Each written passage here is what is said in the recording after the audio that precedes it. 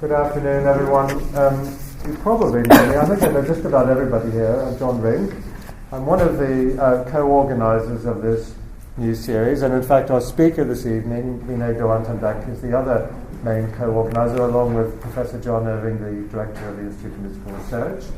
This is the very first of our COPCP IMR seminars in this series, performance research seminars, and the stroke between performance and research is absolutely critical, because we would like you to think of these either as possibly two separate things which are being brought together, or, if you prefer, as two sides of the same coin. And indeed what we will be exploring as the seminar series progresses is the way in which performance and research do often have a great deal to do with one another, even if there has been much controversy over the years in terms of what practice-led, practice-based research really is. But we will be presenting in the seminar series research into performance, as well as performance which in some way or another reflects research activity, however defined. And we'll be trying, I think, to break down some of the barriers that have existed hitherto. Now, there's no better speaker to launch the series than Mine de Wantendak, who is herself a noted pianist as well as a noted academic. She studied in, I think, just about every prestigious institution in the world, except possibly, no, I won't say.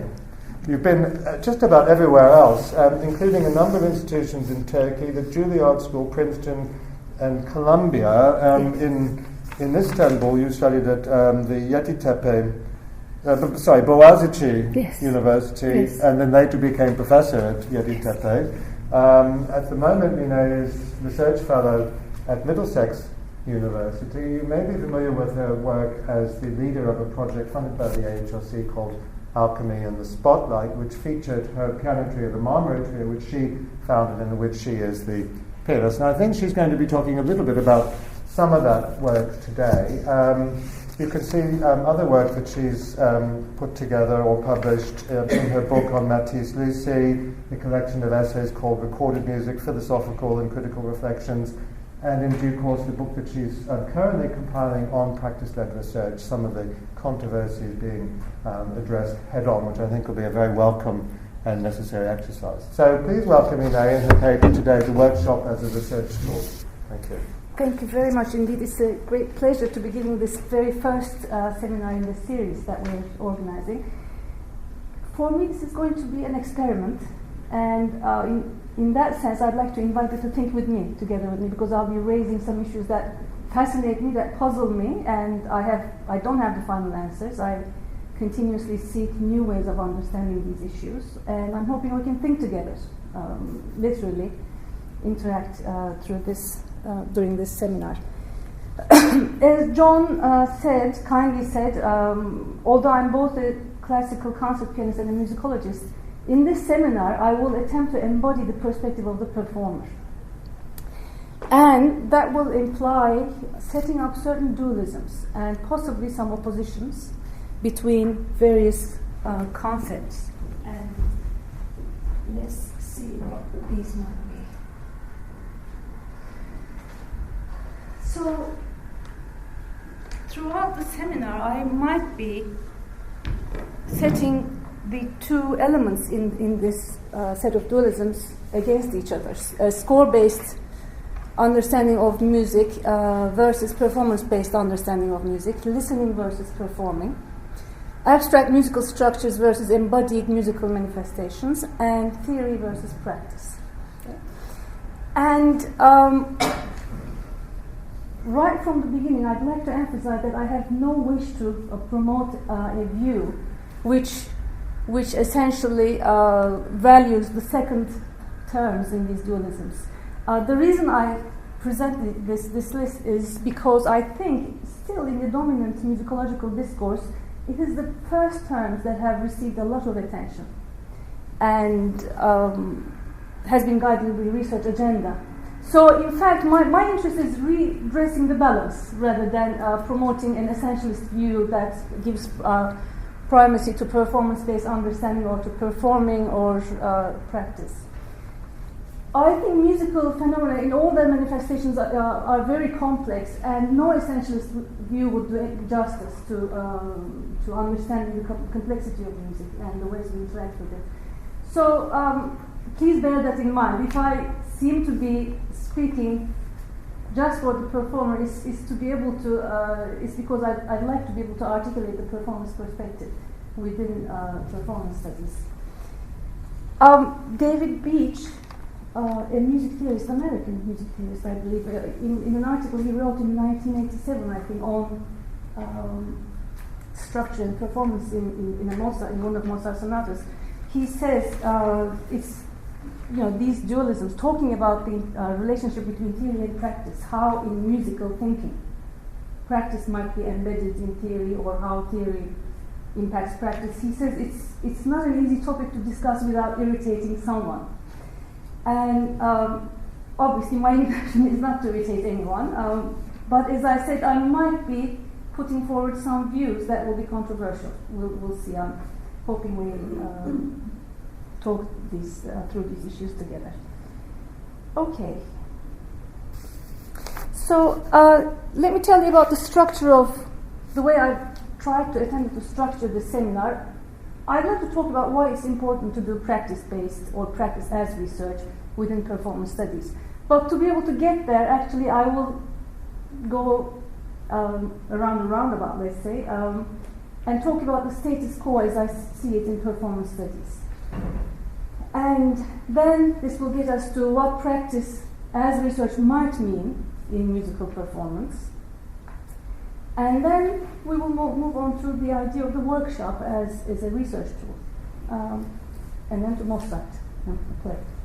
Okay. So, I'd like to start the story today by taking you, I'll start it in New York, by taking you to a specific moment during my PhD education, during my studies at Columbia University, a highly emotional moment, which was in a course I was taking with Fred Lerda on theories of rhythm and performance. And well, any inquiry, I think, is essentially based on some affective component, curiosity, wonder, awe. Any research really starts with these emotional, affective involvement with phenomena in the world. In my case, this was a little bit of a shock, and I will tell you why. It was the shock of seeing for the very first time a tempograph. Something like this. And perhaps like this, which we're all, of course, very much now used to seeing. I think it was from an article by Neil Todd. And so here I was sitting in class and being told that this is a representation of expression in performance.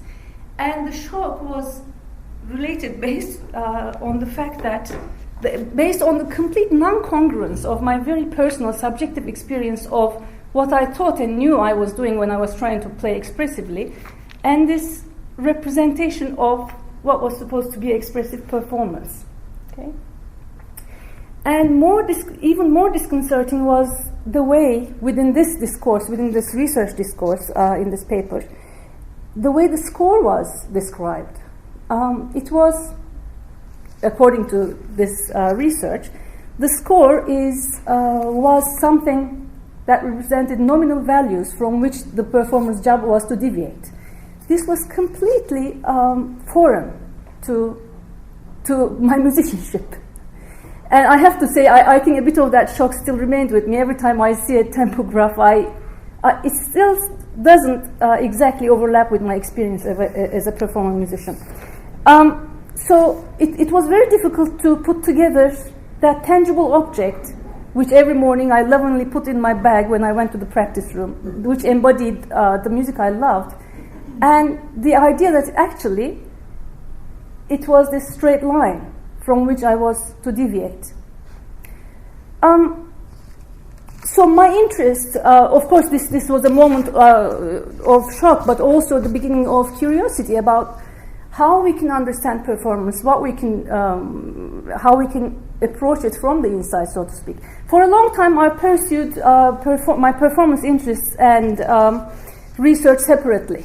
I did research on history of musical performance while I was performing, but more recently, over the last several years, I became interested in practice-based research, how my own practice could be integrated into research undertakings.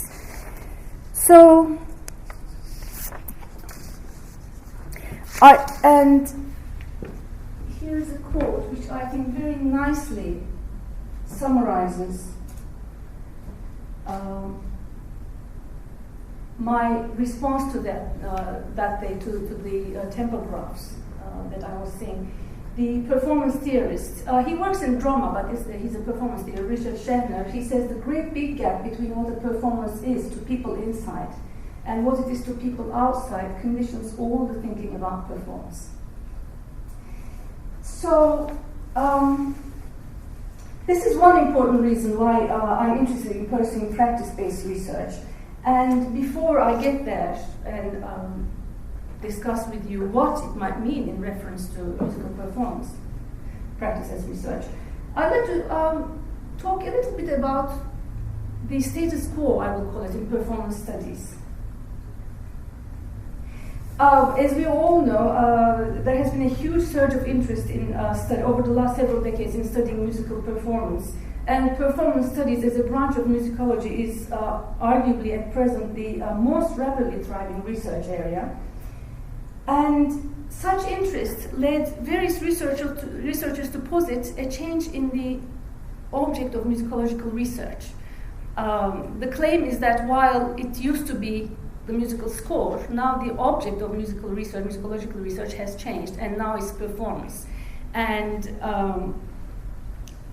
so a conception of music as a score-based phenomenon has led to one that regards it as, in essence, a performance art. And of course, for many scholars and for performer researchers like myself, this is a very welcome shift. It's almost an ontological shift. Some scholars talk about it as an ontological shift. And especially when we remind ourselves how long a way we have come.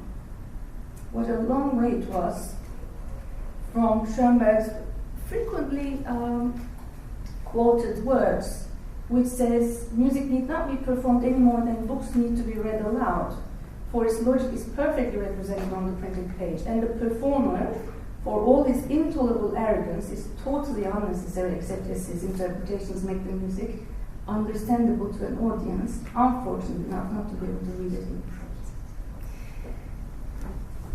Perhaps such an understanding, such a view of the score dominated most of 20th century musicology, that you can almost have a musical experience without hearing music, just by, if you're able to read the score, you can understand music. Of course, the recent changes, the establishment of performance studies, has turned all this upside down, so the claim goes.